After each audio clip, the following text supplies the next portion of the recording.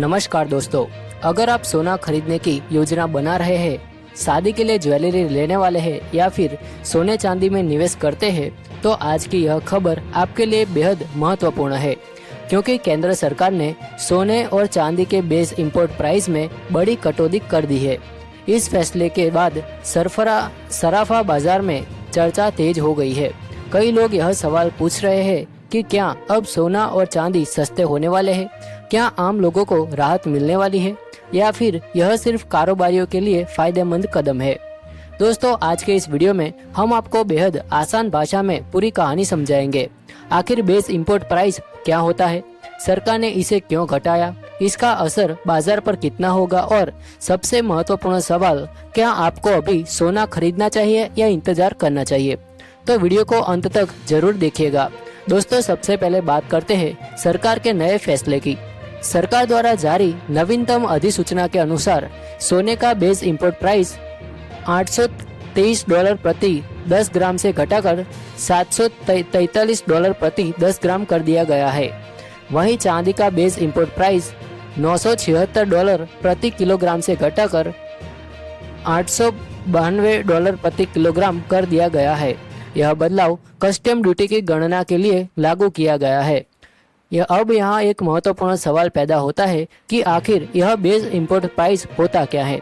आसान शब्दों में समझिए, जब कोई व्यापारी विदेश से या सोना चांदी भारत में आयात करता है तो उस पर सरकार कस्टम ड्यूटी और अन्य कर वसूलती है, लेकिन सरकार सिर्फ व्यापारी द्वारा बताई गई कीमत पर भरोसा नहीं करती।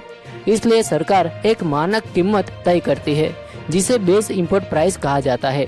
यही वह कीमत होती है जिसके आधार पर टैक्स की गणना की जाती है। सरकार समय समय पर अंतर्राष्ट्रीय कीमतों और बाजार की स्थिति को देखते हुए इस मूल्य में बदलाव करती रहती है। अब सवाल यह है कि सरकार ने यह कीमत कम क्यों की? विशेषज्ञों का मानना है कि अंतर्राष्ट्रीय बाजार में पिछले कुछ समय से सोने और चांदी की कीमतों में उतार चढ़ाव देखने को मिल रहा है। ऐसे में सरकार चाहती है कि टैक्स की गणना वास्तविक बाजार परिस्थितियों के अधिक करीब रहे।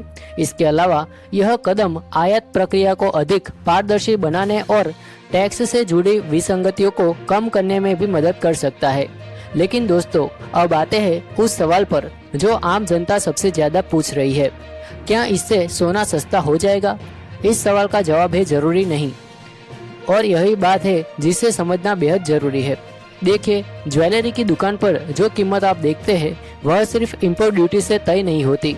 सोने की कीमत, अंतिम कीमत पर कई अन्य कारकों का प्रभाव पड़ता है, जैसे कि अंतर्राष्ट्रीय बाजार में सोने का भाव, डॉलर के मुकाबले भारतीय रुपये की स्थिति, जीएसटी, ज्वेलर्स के मेकिंग चार्जेस, परिवहन और अन्य व्यापारिक लागतें और बाजार में मांग एवं आपूर्ति का संतुलन। इसलिए केवल बेस इंपोर्ट प्राइस घट जाने से यह मान लेना कि कल सुबह से सोना हजारों रुपए सस्ता हो जाएगा, ऐसा सही नहीं होगा। हालांकि इसका एक सकारात्मक प्रभाव जरूर हो सकता है। यदि आयातकों की लागत कुछ हद तक कम होती है और अंतर्राष्ट्रीय बाजार भी स्थिर रहता है, तो भविष्य में कीमतों पर थोड़ा दबाव देखने को मिल सकता है। लेकिन यह प्रभाव धीरे धीरे दिखाई देगा, तुरंत नहीं दिखेगा। अब निवेशकों के लिए इसका क्या मतलब है वो समझते हैं। अगर आप लंबे समय के निवेशक हैं तो आपको केवल इस एक फैसले के आधार पर निवेश का निर्णय नहीं लेना चाहिए। सोने की कीमतें वैश्विक आर्थिक परिस्थितियों, केंद्रीय बैंकों की नीतियों, मुद्रास्फीति और भू राजनीतिक घटनाओं से प्रभावित होती है। इसलिए निवेश करने से पहले बाजार की समग्र स्थिति को समझना जरूरी है। वहीं अगर आप शादी या किसी जरूरी काम के लिए ज्वेलरी खरीदने वाले हैं तो सिर्फ सोशल मीडिया पर चल रही अफवाहों के आधार पर फैसला न लें।